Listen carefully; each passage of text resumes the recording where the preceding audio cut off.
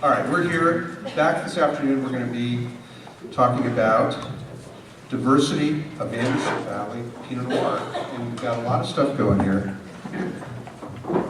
I am going to let we've got 5 vintners up here with a lot to talk about. We've got an hour to do it, so I'm going to let them talk, and I'm just going to start off.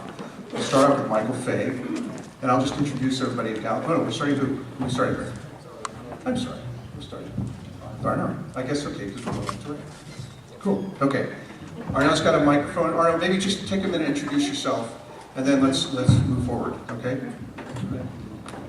Hello, everybody. I guess most of you know about the little outfit in the Anderson Valley that makes sparkling wine called Roederer Estate. I've been in the Anderson Valley for 25 years. Making a lot of bubbles. In fact, the little known fact is we have been for a long time the largest Pinot Noir grower in the Anderson Valley, but doesn't show like it because most of it doesn't have the color of Pinot. You know, it tastes like Pinot, looks like Pinot, but it doesn't really have the color. So it's always blended with Chardonnay. My predecessor Michel Salve, studied the winemaking for Roederer Estate. Crafting sparkling wine based on what the house in France, Roederer, has been making in Champagne for generations. I took over for him in 2003. Been a winemaker since July 2003. Worked for the family now for nearly 16 years, and hope to keep going the legacy of making great sparkling wine. So I think as a starting point, you always start with sparkling wine in any event, right? And it's the celebration wine. So I'm happy to start again today. Is to show just the color of those glasses tells it all already. The different faces of Pinot comes from something that doesn't have any skin contact, so no color, to something that has the full aspect of the red wine. So for my 2 colleagues on the right side, what I'm making is defective, right? There's no color, there's no tannins. What is that stuff? Well, the base of a sparkling wine is to get the Pinot not too ripe. In fact, some of what I'm going to be saying is completely the opposite of what I will be saying. For me, tannins, extraction, color, polyphenols are all defective in a way of how you make your sparkling wine. What you want to start in the vineyard is, in fact, not have a yield that is too low. In fact, you need a decent lead Pinot, a yield around 5 tons per acre, because that allows the balance of the ripening versus acid depletion through the ripening process. Because what you want to keep is keep that acidity level fairly high, so you have a crisp wine that is that when it's made. Sorry. Also, if you pick your grapes early, you don't have too many of those polyphenols ripened in the skin, and therefore you won't have too much color extracted through the pressing process. So overall, I'm thinking of how you want to think of a Pinot wine for sparkling base is picked early, around 19 bricks, so that I can make one that's around 11% alcohol, something that doesn't have much color and a little bit of aromatics, delicate aromatics, so that I don't get the color. Maybe one way to talk about it is to taste it. Is that how you want to? Okay.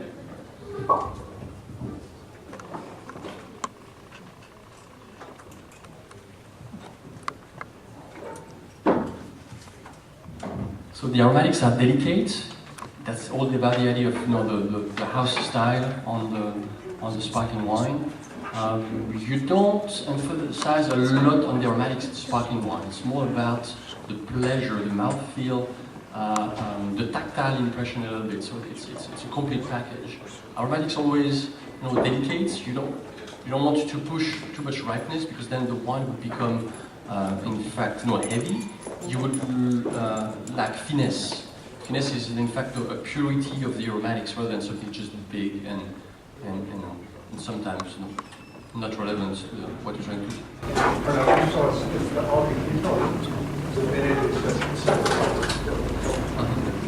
So the question is, what is the vintage of this one? This is 2013 Pinot Noir. It is so a base. You never taste this ever. In fact, this is my building block. I play a lot of Lego in the winery. It's my building block of my Pinot Noir from 2013. This is cuvée of Pinot, which is the fraction that is the early pressing fraction of the sparkling wine. Maybe if you want me to get into more details, but I want to leave time also for the others, is that if you press your juice, not all of the juice has the same quality from the first drop to the last drop. And the best quality is called the cuvée, that represents about 70% of the overall volume of what you would press when you press a ton of grapes. A ton of grapes, maximum 185 gallons of juice, but the cuvée represents about 125. The more you press, the more pressure you apply on those grapes, the more you extract polyphenols, the more you're going to start bringing color to your wine, but also polyphenols, meaning astringency, bitterness, everything that doesn't belong in a base wine for sparkling. So in this case, this is cuvée only. Aromatic is very delicate. This is 100% Pinot, but if you look at the color, it has barely any color. So no skin contact because it's a bladder press, who presses directly all of the grapes in a whole cluster. So the contact with the juice is fairly limited. It takes about 3 hours to extract that fraction, meaning the juice flows constantly from the press, so there's a little bit of color extraction. If you taste it, there's no bitterness or astringency. You're more on the acid profile, something that is fairly crisp and very focused on the acidity. And for those who like numbers, I'm sure there's some in the room. TA is 0.9%, and pH is 3.14, so very acidic. So when we taste samples for blending, we have about 60 to 80 samples of these. It tends to take the enamel of your teeth, at the end of the blending. FYI, this is dry. There's no residual sugar. Malic acid is 1.2 grams per liter. So just to give you an idea overall of the profile of this one. All right, so the second wine is Pinot Noir Blanc. My name is Alex Crangle from Balo Vineyard. And this was an experiment we started in 2012 with a 1-barrel lot, just to see what champagne-style pressing on some early picked Pinot Noir would do. And we weren't really interested in making sparkling wine, but we wanted to capture some of that crisp, delicate aromatic, low polyphenol, and make a white. We didn't have any white grapes planted on the property and wanted a white wine for the tasting room. So it seemed like an easy way to use some extra tonnage in 2012. And we really liked it. The result was very positive reception in the tasting room, sold out pretty quickly. We poured one here along with a couple others last year at the conference, and that had a lot of responses afterwards. So we decided to go forward with a more commercial version. So this is a 45 case run.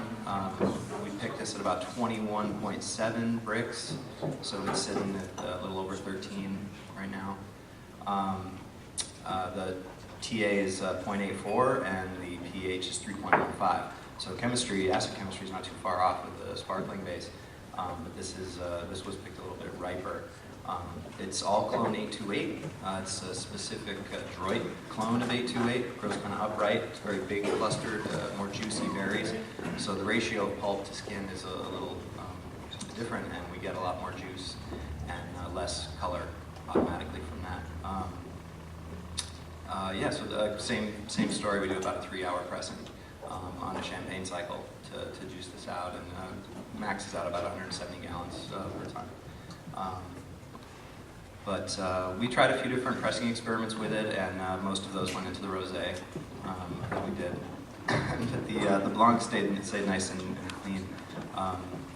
We don't use much sulfur on it, so that it gets a little bit more oxidation, which does help drop any color that is present. And there's a few little tricks in the cellar, but I really like it for just being a crisp, fresh summer wine.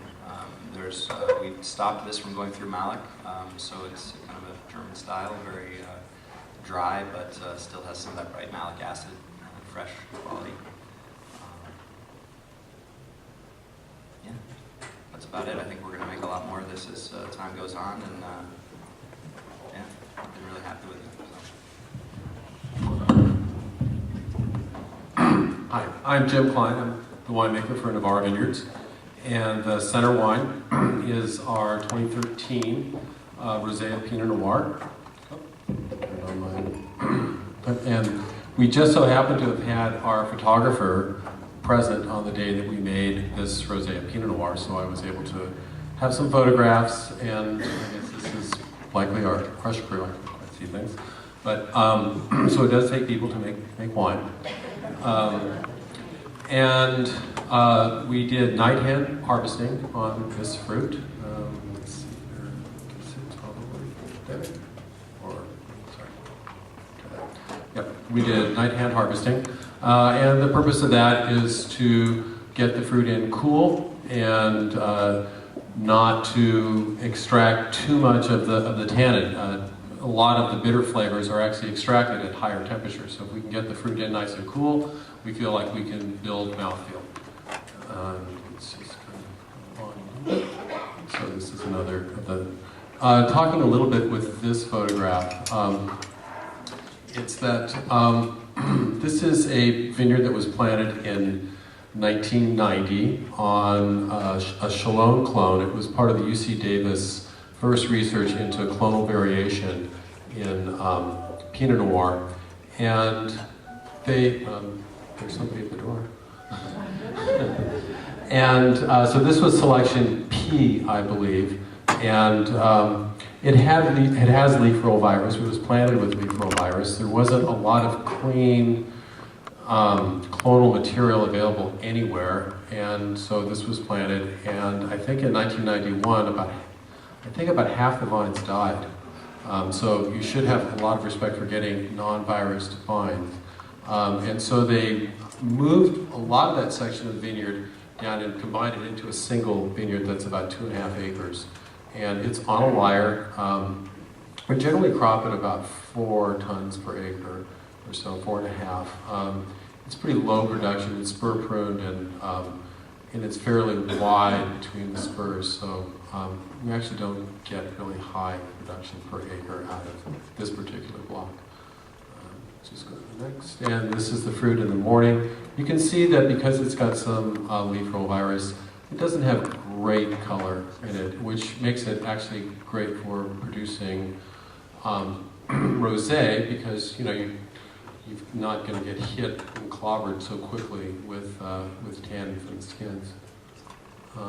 And so we crush this into some open top tanks for a few hours. And in pointing out the difference, the first 2 wines that you saw there, the grapes were harvested by hand and loaded directly into a press, and pressing commenced whole. This is the first one on the table that's been crushed and then skin contacted. And what we're trying to do at this point is we get an initial sample, and we put the glass in front of the tank, and we look at the color and taste it, and then we begin to let it cold soak. And every hour or so, 45 minutes, we'll go out and grab another sample, which is what these guys are doing here, and we'll taste that sample from the tank. And hour by hour, as we're tasting, we're really looking to build some mid-palate sweetness and some fullness. You can see how austere the first 2 wines are, and that's really to express minerality, at least in my opinion. But now we're trying to bring out another quality and another way to balance it, because we are bringing out bitterness in here, but we're also trying to ride that a little bit and balance that with getting some mouthfeel. And so we're going to do some other things later in the process to deal with that little bit of bitterness as well. So let's go to the next one. After 3 hours, this wine was pressed off. And it always amazes me when it goes to the press how much color we actually pick up. We think we've got a little bit of color in the glass and it's perfect, and you press it off and you get this whole big whiff of color. It's amazing. And I noticed that 2008 vintage and smoke taint is kind of a sore subject here in the Anderson Valley. But after 3 hours even, we began to see smoke taint. We didn't make rosé Pinot Noir, but we made some Grenache here, and you really could, even after 2-3 hours, begin to pick up some of those smoke-tainted compounds. And so it is all coming from the skins. By contrast, we We tasted just this week some 2008 Chardonnays that were crushed and pressed off immediately, and we didn't find any smoke taint in those wines. So if you ever have smoke taint again, which we're likely to have, whatever you do, I think minimal skin contact is probably the way to go. Although I think Arnaud has another perspective. And then, so we ferment in stainless steel for about 30 days.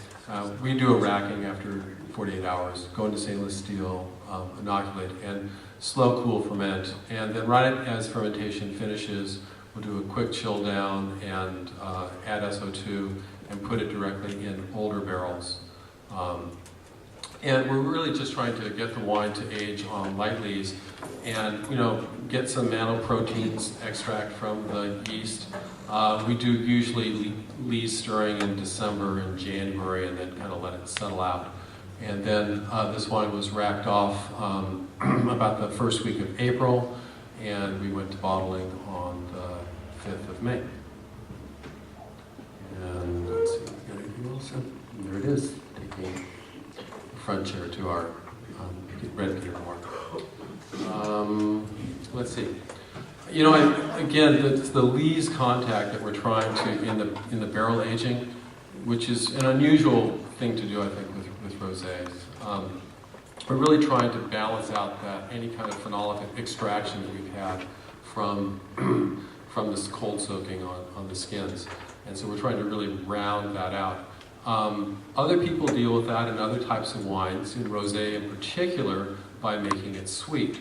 And I like sweet rosés. I don't think I could have, dated women in college without sweet rosé. But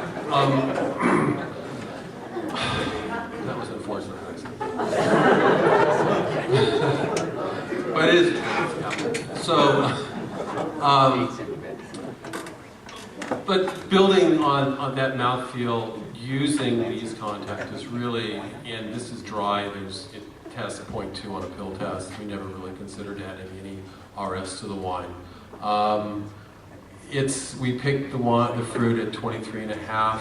It's got like 13.5 alcohol. If I had to do it over again, I'd probably try and harvest a little bit earlier, but the harvest came kind of fast and furious in 2013. So I think it got away from us a little bit. I always like to think of, well, how could I have made this wine better? The pH is 3.25, TA is around 7.5 grams per liter. So, I think I'll turn it over to Anthony. Can I ask you a quick question? Sure. Knowing how you make the wine now, what's the vintage? 2013. 2013. It surprises me how open it is. I think I'm going to just walk over here and let you talk. Well, it's just when I make rosés this way, I have trouble with reduction, and I find they take 2 or 3 years to come around in the bottle. And this one seems to be pretty open, even though you're using lees, you're using tannin, you've got some reductive, oomph in there. And how do you manage to keep it so open? I think we do the lees stirring. That kind of helps keep it open. We certainly don't get reduction from yeast stress, if that's the type of reduction that you're talking about, because we follow yeast nutrients and we add yeast nutrients and we make sure that they've got everything that they need. I don't mean H2S. Okay. The wine isn't closed. Right. It's forthcoming. Sure. I would have thought the least 30 would tend to add to the reduction strength. Well, I think of myself as a pretty reductive winemaker because we do use lees a lot, and so I guess I don't really have an answer for you. I think that that type of reduction, it kind of adds kind of a syrupiness or a soupiness to the wine, and it's just more about building structure to it. But it is pretty open, and I don't know. We just went in the bottle, a couple weeks ago. Amazing fragrance of Anderson Valley Pinot. Thanks. Clark and I went to UC Davis together, so we've been having these roundtable discussions now for, I don't know, 35 years or something.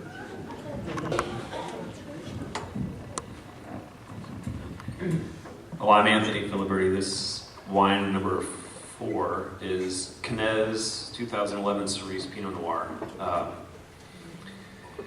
So Knez is, I guess 2011 was the third vintage, an 18-year-old vineyard Cerise, which is more or less right behind you up on the hillside. And that vineyard is, I mean, it's more or less, if it was anywhere else in the world, it would probably be 5 or 6 different vineyards as it's designated. There's 4 different ridges and 13 different blocks now. For this wine, we usually have made it from Martini selection, David Bruce, a little bit of Pomard, a lot of Wadensville, and then just a tiny bit of 667. And we do that because those wines in general from that site have shown the most structure and power, which is sort of counterintuitive because Cerise in general is a pretty masculine site. But they add depth of flavor to the mid-palate, and to counter the sort of structured masculine tendency of that site, we've taken to, and I think 2011 was the first vintage where we went from basically 50 to 100% whole cluster in the fermentations, which I think you smell in the aromatics of this wine. Certainly in the green tea character that's coming out right now, but also texturally, there's a lot of CO2 in the wine, which affects the texture. Obviously, as it blows off, you get more of essential quality from the wine, but as they were just poured, you can definitely, at least I can feel the prickliness of the CO2 in the wine. But that whole cluster for us has allowed us to extend the fermentations. And because we're not actually punching down or pumping, we don't really pump too much, but punching down any of the whole cluster, they're covered with stem fruit. We're just getting these fermentations that are inside the berries. So we're getting all of the aromatics and a gentler extraction from these hillside vineyards that are relatively exposed to the winds and the sun, low vigor, really poor soils. The vineyard itself was never ribbed or disked originally, so we have roots that are J-rooted, rocks, vigor issues, yield issues. Certain parts are getting about a half ton per acre where they didn't get any rocks out. So you get really powerfully phenolic, tannic wines if you're not careful with those. And I think this 2011 especially shows the phenolic side of the site. But it also shows the floral prettiness of what you get from a lighter vintage or more lower temperature vintage, but also the whole cluster aromatics, flowers and carnation and tea. And to that end, we're trying to make more elegant wines without losing any depth of flavor, which is a challenge because you can shorten your fermentations and get very pretty wines, very soft and focused, but they don't necessarily have the mid-palate that we look for, longevity either. I like wines that, I don't really like old wines per se, but I like wines with 5 to 10 years where there's some secondary characteristics that are coming to the nuances of the wine, but there's still a purity of fruit that's really delicious to me. And we think Cerise in general has that capacity, but we're trying to make it so that there's a little bit more accessibility and elegance to it early on. 9 and 10, more powerful. 12, regardless of yields or anything we did in the cellar, are just powerhouse wines. There's a weight to them, a structure to them that's just, we think is because of the vintage and the weather. It's nothing we did in the cellar. But with this wine, by having all of the whole cluster and picking at bricks that ranged, because there's 12 different blocks from 20 and a half to 22 and a half or so bricks, there's a real floral prettiness to the wine that we actually are going for. And we're not looking for weight or power. Cerise has that inherent in the site. And we think that as we will go more and more into learning the vineyard, 12 and 13 especially, with 13 sort of having there's a prettiness to that vintage for everyone I've talked to that we see in Cerise, that we finally have figured out you can get power without weight. in that site. Demuth, which is just above it, which we're not pouring today, is in very much more elegant wine regardless of what we do. But Cerise, we're trying to bring that prettiness to the wine. That hillside in general makes pretty powerful wines. I make wines from Abbey Harris, which is just adjacent to Cerise, and that wine for my winery is always the most structured. It's been described by wine reviewers as like Barbaresco more than Pinot Noir because of its earthy, tannic quality. And I think we're just, in 11 was the first vintage we started getting the elegance that we're looking for, although you still get the structure that we're trying to integrate more and more into the wine.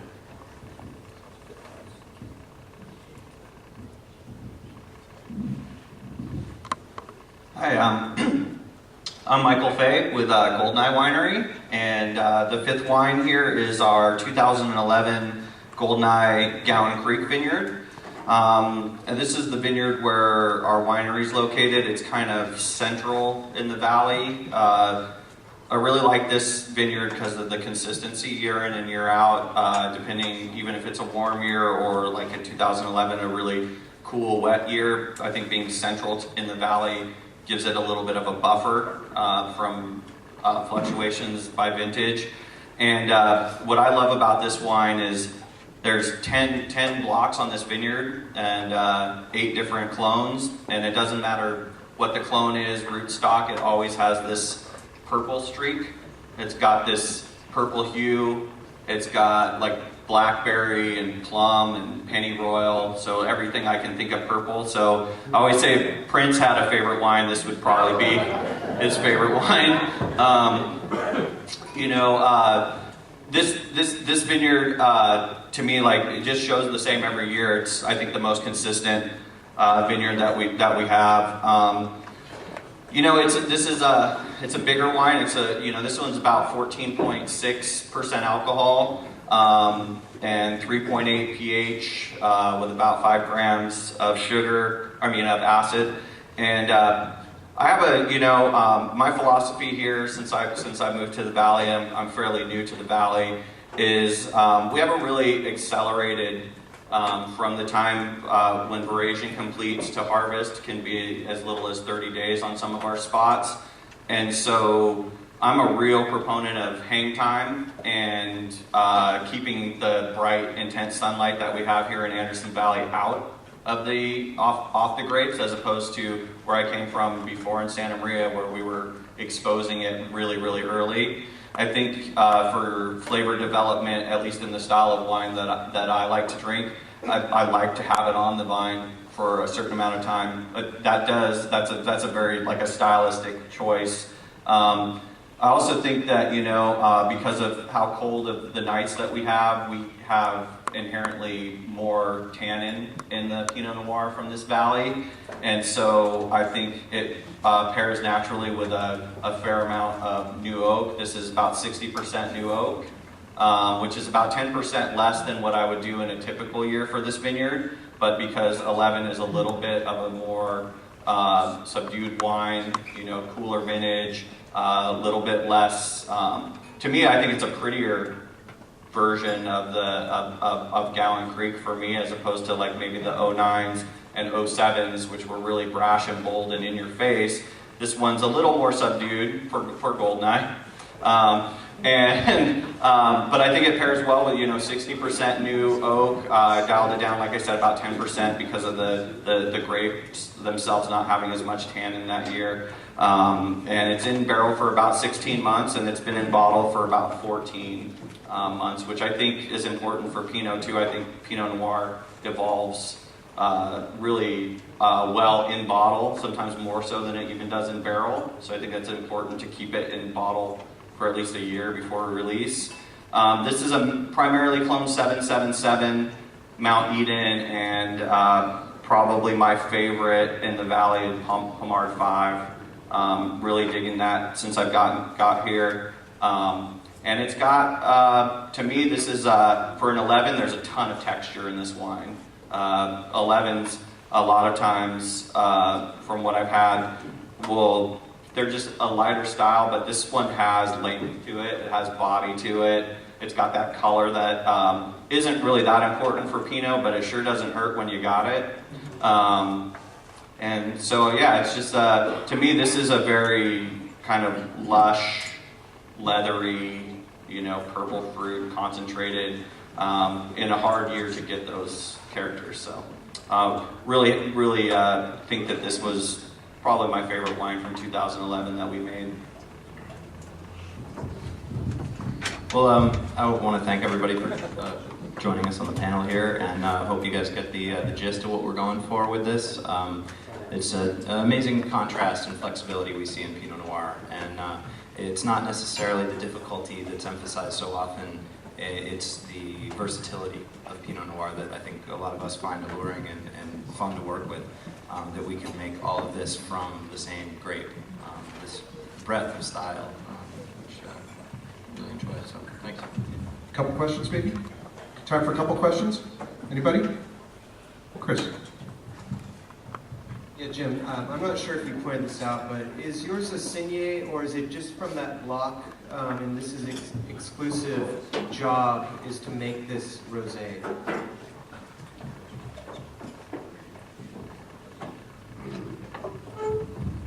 So it's not in Saignée, it's a specific block that we have. And I also sort of failed to tell you that there is about 7.5% Chardonnay, barrel fermented Chardonnay in here.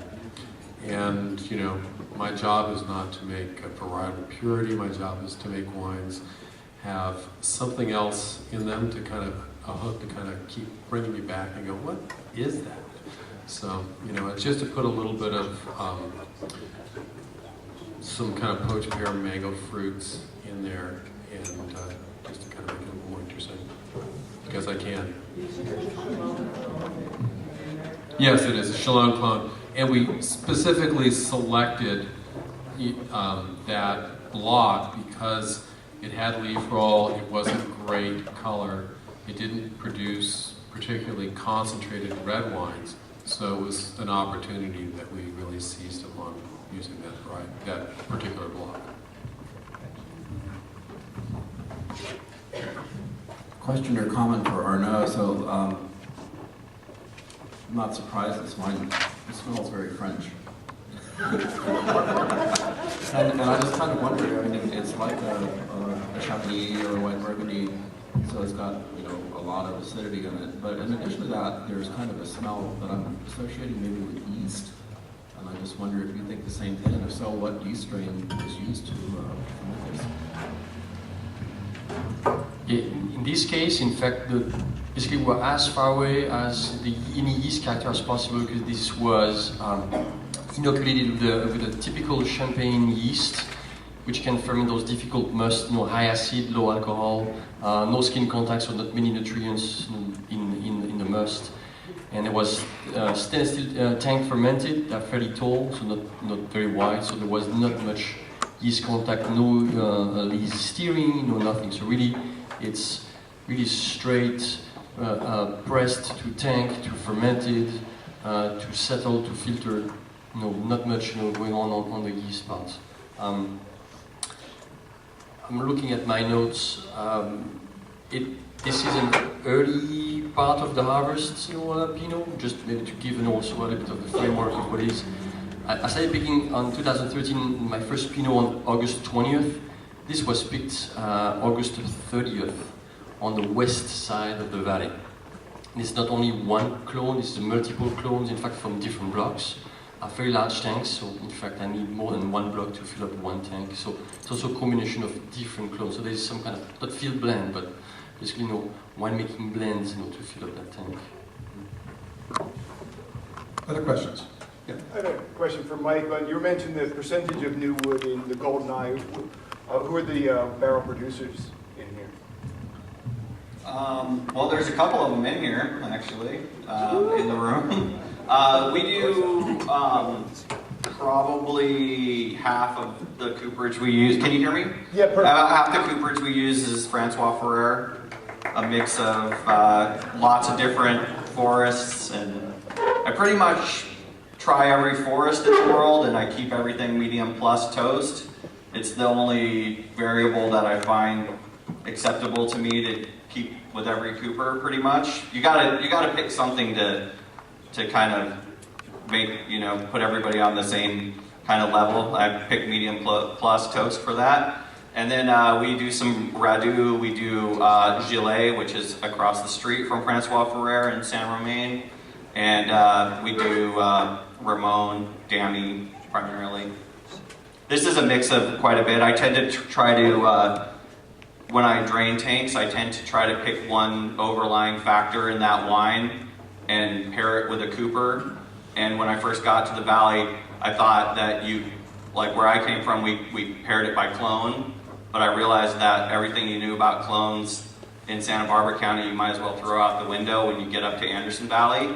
So I try to pick a character in the wine, whether that's structure, texture, flavor, and try to match a cooper with that. I found it's not like cooking where you can take really disparate flavors, put them together, and it can make something awesome. I've never found a very light, pretty wine that paired well with, a heavy barrel or vice versa. So you try to pick one character and try to match that up, and it seems to work okay. Other questions? One more, any other questions? So we'll maybe wrap up and get a little bit on time. Okay. Thank you guys very much. Everybody, please dump your glasses so we can pour the next flight. And we'll take about a 10-minute break, and I would suggest that you get your wristbands for tonight if you can. Thank you very much.